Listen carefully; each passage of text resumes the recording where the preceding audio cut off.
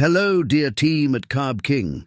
We read that a lot in emails, followed by the question, could you please show us how to replace this diaphragm on the slide? Because mine has a hole in it. Or, I slipped with the screwdriver.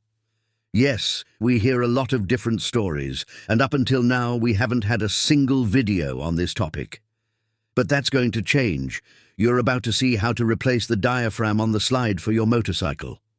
Now, of course, the question arises, when do I actually need to replace this diaphragm? I always say in the videos that you should carefully inspect it, and you might find a spot like this.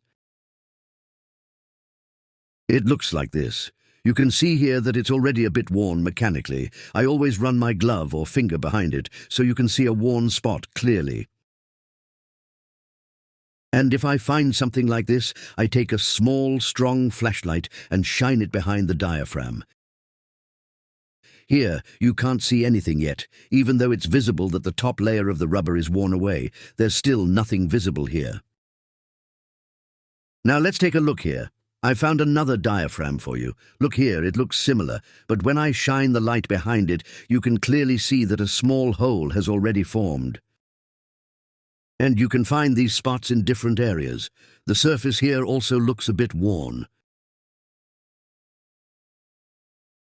When I shine the light here, you can see a tiny hole.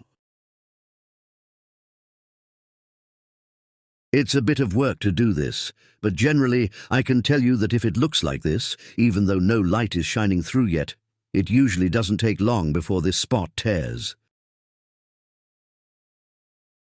So if you've already taken the time to thoroughly clean the carburetor and are installing a new repair kit, which you can find in our video description, then go ahead and check out the shop and order the diaphragm at the same time.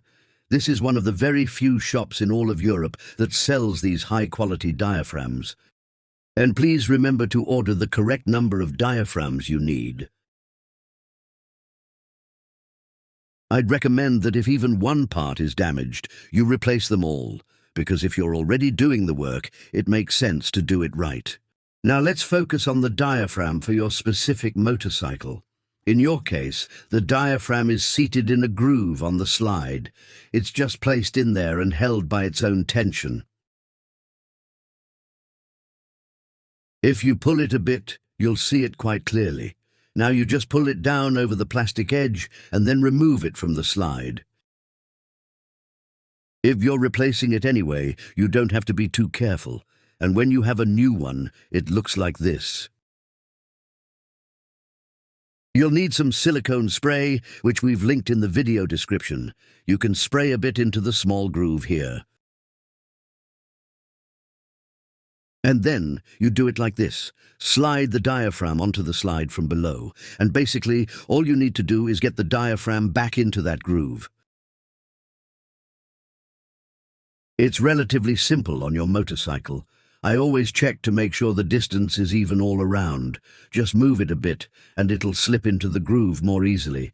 That's why silicone spray is so helpful.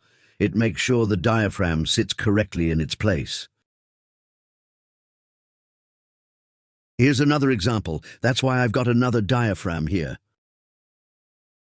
It's the same principle, but here there's also a plastic ring that you have to remove first.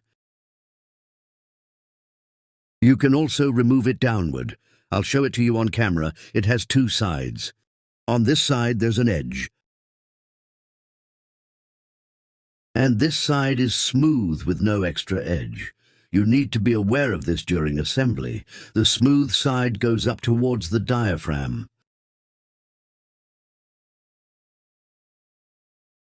I slide the plastic ring back on and carefully put it back in place.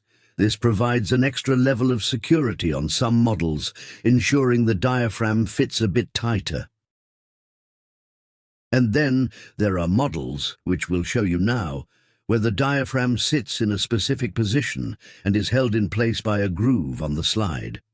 The principle of removing and installing the diaphragm is exactly the same here. Please remember to check the video description. There you'll find all the materials you need, including fully assembled slides, if they're available for your motorcycle. This way, you can decide, okay, before I take on this task, I'll just order a complete slide and install it. So friends, that's it from us for today with this video. As always, I hope you enjoyed it and found it helpful. I wish you much success with your project and lots of fun wrenching. See you in the next video. Later, Gator.